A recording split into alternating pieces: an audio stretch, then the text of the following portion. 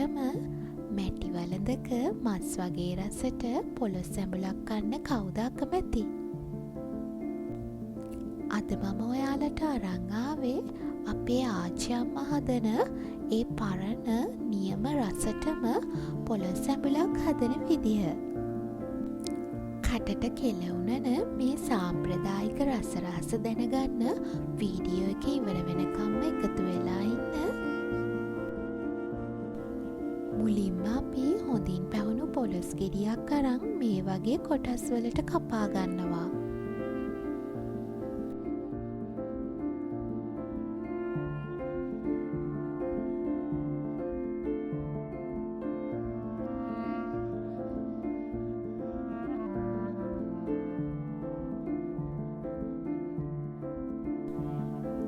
පොළොස් ටික කපාගත්තට පස්සේ අපි මේවා කෙලින්ම දාගන්නේ අපේ ප්‍රෙෂර් කුකර් එකට.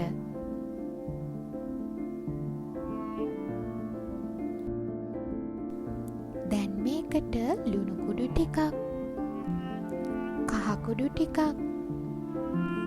රස පදම ගේන හොඳ ගොරක කැබිලි කිහිපයක්, ඊළඟට පොල් තෙල් ටිකක්, අන්තිමට පොළොස් ටික වැහෙන්න වතුර එකතු කරගන්නවා. සාමාන්‍යයෙන් මැටි වළඳක පැය ගාණක් තම්මන පොළොස් එක ප්‍රෙෂර් කුකර් එකේ විසිල් එකක් යද්දී නියමට පදමට තැම්බිලා එනවා. දැන් අපි මේ තඹගත්ත පොළොස් ටික පොඩි පොඩි කෑලි වලට කපා ගමු. මෙන්න බලන්න ප්‍රෙෂර් කුකර් එකෙන් ගත්ත පොළොස් කෑලි ටික කැඩෙන්නේ නැතුව නියමෙටම තැම්බිලා තියෙනවා. දැන් අපි මේ පොළොස් ටික මැටි වළඳකට මාරු කරලා ගන්න ඕනේ.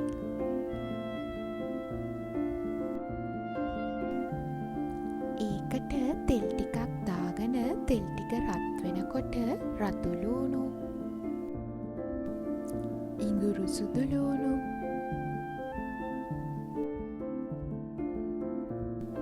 කරපිංචා, සේර ටිකක්, රම්පේ, කුරුඳු කෑලි ටිකක්,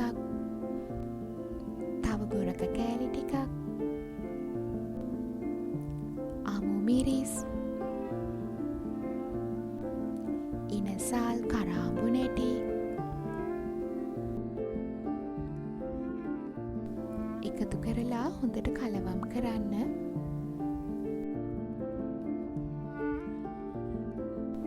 තවත් ලුණු මදි නම් ලුණු ටිකක් එකතු කරන්න.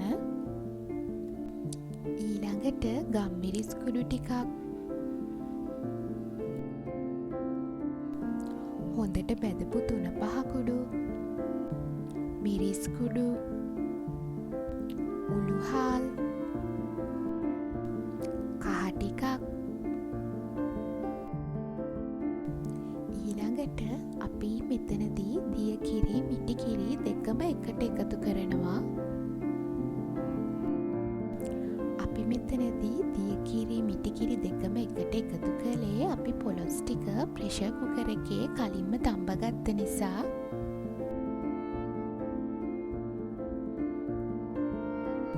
ඊළඟට පොළොස් කෑලි ටික එකතු කරගන්න. එකතු කරලා මදගින්නේ තෙල් ටික පෑදෙනකම්ම හිඳෙන්න අරිනවා.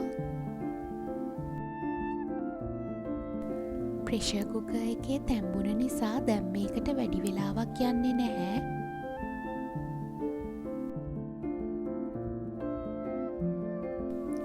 මෙන්න තියෙනවා වෙලාවත් ඉතුරු කරගෙන පරණ රසටම හදාගත්තු අපේ පොළොස් සැඹුල.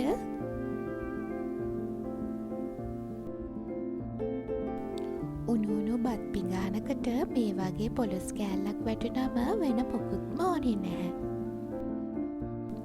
ඔයාලත් මේ ලේසි ක්‍රමයට හදලා බලලා රස කොහොමද කියලා කමෙන්ට් කරන්න. වීඩියෝ එකට ලයික් එකක් දාලා යාළුවන්ටත් බලන්න ෂෙයා කරන්න. අපේ channel එක subscribe කරලා නැත්නම් subscribe කරන්නත් අමතක කරන්න එපා. bell icon එකත් click කරන්න.